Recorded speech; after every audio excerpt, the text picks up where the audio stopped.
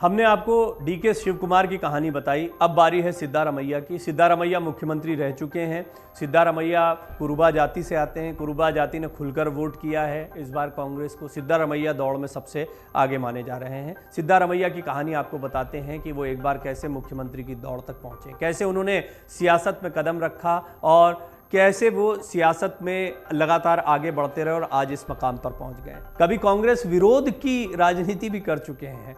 तो सिद्धारमैया के बारे में ये जानना बहुत दिलचस्प है, इसलिए ये छोटा सा एक फैक्ट है कि कांग्रेस का विरोध भी करते रहे सिद्धारमैया, और कब था वो दौर, कैसा था और कैसे सिद्धारमैया फिर कांग्रेस के इतने बड़े नेता बने, मुख्यमंत्री बने हैं, एक बार फिर मुख्यमंत्री की दौड़ में है। ये सारी चीज़ें मैं आपको बताता हूँ।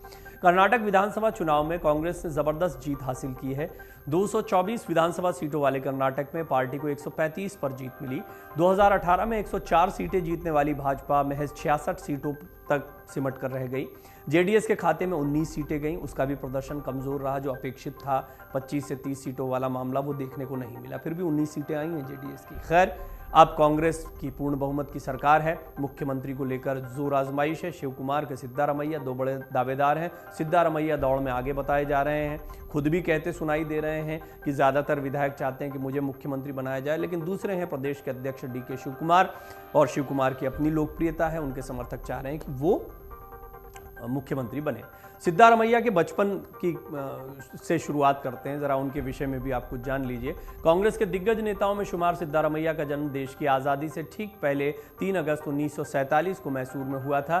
ब्रिटिश का राज हुआ करता था उस समय पर। सिद्धारमैया के पिता सिद्धार में गौड़ा मैसूर जिले के टी नरसीपुरा के पास वरुणा होबली में खेती करते थे। माँ बोरम्मा गृहिणी थी। 10 साल की उम्र तक उनकी कोई औपचारिक स्कूली शिक्षा नहीं हुई थी। इसके बाद गाँव के ही स्कूल में वो पढ़े। बाद में उन्होंने बीएससी और फिर एलएलबी की पढ़ाई मैसूर विश्वविद्यालय से की। 5 भाई बहनों में सिद्धारमैया दूसरे नंबर पर हैं और वो कुरुबा गौड़ा समुदाय से हैं। सिद्धारमैया मैसूर के मशहूर वकील चिक्का बोरैया के अधीन जूनियर थे और बाद में उन्होंने कुछ समय के लिए कानून को पढ़ाया भी है। आइए अब हम आपको बताते हैं सिद्धारमैया का सियासी सफर क्या रहा। देवेगौड़ा ने टिकट नहीं दिया तो निर्दलीय ही वो जीत गए थे। ये एक बहुत उनकी ताकत को बताता है।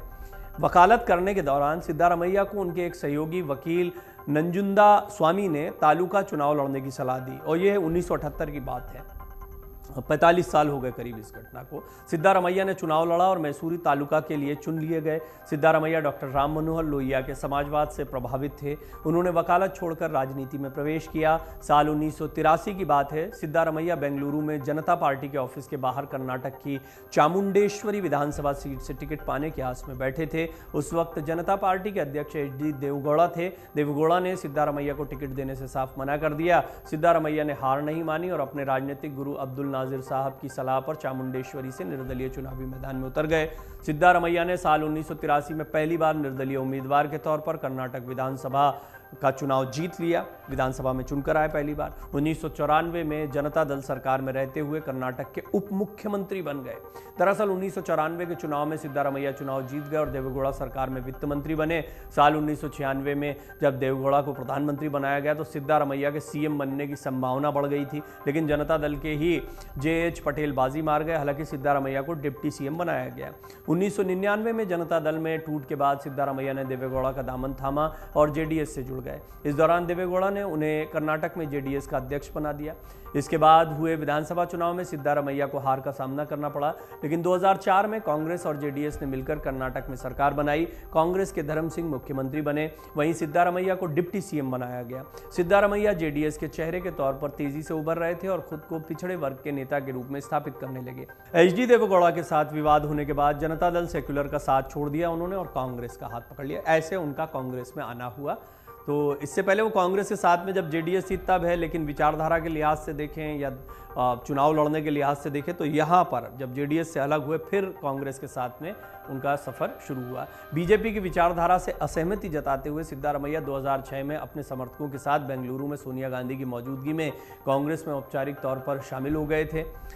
कांग्रेस में शामिल होने के बाद सिद्धारमैया ने मुख्यमंत्री बनने की अपनी महत्वाकांक्षा को कभी छिपाया नहीं। साथ ही बार बार इस बात पर जोर दिया कि इस पद की लालसा करने में कुछ भी गलत नहीं है। 2 बार डिप्टी सीएम, 1 बार सीएम रहे। सिद्धारमैया 2 बार कर्नाटक के उप मुख्यमंत्री रह चुके हैं। पहली बार 16 मई 1996 से 22 जुलाई 1999 तक जनता दल में रहते हुए उन्हें उप मुख्यमंत्री बनाया गया। दूसरी बार 28 मई 2004 से 5 अगस्त 2005 तक जनता दल सेक्युलर में रहते हुए। इसके बाद 2013 में जब पूर्ण बहुमत के साथ कांग्रेस की सरकार बनी तो सिद्धारमैया को मुख्यमंत्री बनाया गया था। वो 2013 से 2018 तक राज्य के मुख्यमंत्री रह चुके हैं। उन्होंने अब तक 12 चुनाव लड़े हैं, जिसमें से 9 में जीत दर्ज की है। मुख्यमंत्री रहते हुए गरीबों के लिए चलाई गई उनकी कई योजनाओं की काफी तारीफ हुई, जिसमें 7 किलो चावल देने वाली अन्य भाग्य योजना है। स्कूल जाने वाले छात्रों को 150 ग्राम दूध और इंदिरा कैंटीन शामिल है। सिद्धारमैया का नाम विवादों में भी खूब रहा है। उनके कार्यकाल में मैसूर के शासक टीपू सुल्तान की जयंती धूमधाम से मनाई जाती थी। इसके अलावा उन्होंने पीएफआई और एसडीपीआई के कई कार्यकर्ताओं को रिहा करने का भी आदेश दिया। 2 बेटे हुए, 1 की मौत भी हो गई है। ये उनके निजी जीवन की कुछ घटनाएं हैं जो मैं आपके सामने रखने जा रहा हूं। सिद्धारमैया की पत्नी का नाम पार्वती है। दोनों के 2 बेटे हुए। राजनीति में अपने पिता के उत्तराधिकारी के रूप में देखे जाने वाले उनके बड़े बेटे राकेश की 2016 में 38 साल की उम्र में मौत हो गई। बताया जाता है कि मल्टी ऑर्गन फेल्योर के चलते उनकी मौत हुई। दूसरे बेटे यतीन्द्र 2018 में विधायक चुने जा चुके हैं, लेकिन इस बार यतीन्द्र को टिकट नहीं मिला। इस बार का चुनाव सिद्धारमैया ने बहुत जमकर लड़ा है। शिव कुमार और सिद्धारमैया दोनों ही शुरुआत से ही दौड़ में माने जा रहे थे। सिद्धारमैया का एक बड़ा सम्मान है, मंच पर भी उनको काफ़ी सम्मान दिया जाता है। शिव कुमार की राजनीति बहुत गहरी है। बहुत छोटी उम्र से कांग्रेस के प्रति समर्पण के साथ वो राजनीति कर रहे हैं, इसलिए उनको महत्वपूर्ण प्रदेश अध्यक्ष का पद दिया गया। माना ही जा रहा था उन्हें भी कि वो चेहरे के तौर पर है, लेकिन क्योंकि सिद्धारमैया पहले मुख्यमंत्री रह चुके हैं, इमोशनल अपील की थी, आखिरी चुनाव लड़ रहा हूं, तो यहाँ भी वो थोड़ा सा इमोशनल होंगे। लेकिन ये बात सिर्फ इमोशन की नहीं है, बात है विधायकों के समर्थन की। और सिद्धारमैया इस राजनीति को बखूबी जानते हैं, वो भी बहुत मंझे हुए खिलाड़ी हैं। अब कांग्रेस को इनमें सामंजस्य बैठाना है। कांग्रेस जानती है कि दोनों ही उनके लिए महत्वपूर्ण है, लेकिन राजस्थान का उदाहरण मैं बार बार रख रहा हूं कि उसको भी हम देख रहे हैं कि कांग्रेस के साथ में कितनी दिक्कत आ जाती है और फिर कुर्सी की लड़ाई में पार्टी कमज़ोर हो जाती है। यहाँ पर कर्नाटक में जो सफलता मिली है, इस सफलता को लोकसभा चुनाव तक बढ़ाए रखना, बनाए रखना, ये कांग्रेस के लिए बड़ी चुनौती है। लिहाजा देखना होगा कि क्या ये जो फॉर्मूला खुलकर सामने आ रहा है कि सिद्धारमैया मुख्यमंत्री हों, डीके शिव कुमार उप मुख्यमंत्री और साथ में कुछ मजबूत पोर्टफोलियो हैं, इसके लिए मान जाते हैं, या प्रदेश अध्यक्ष वो बने रहें, एक पद वाला जो फॉर्मूला है वो उन पर लागू ना हो, तो शिव कुमार भी खुश रहें, सिद्धारमैया को भी इस एक तरीके से सम्मान दे दिया जाए। तो सिद्धारमैया का करियर ये बताता है कि वो कितने शक्तिशाली रहे। आप भी सोच रहे होंगे कि शिव कुमार का नाम बड़ा सुना, लेकिन ये सिद्धारमैया की राजनीति को समझिए, कितनी गहरी उनकी पकड़ है अपने वोट बैंक में और कैसे विधायकों का समर्थन उनके साथ में, क्योंकि बहुत सालों से तमाम राजनीतिक दलों की राजनीति वो कर रहे हैं। मन से उजाला कर चले, मन से उजाला कर चले, एक अमर उजाला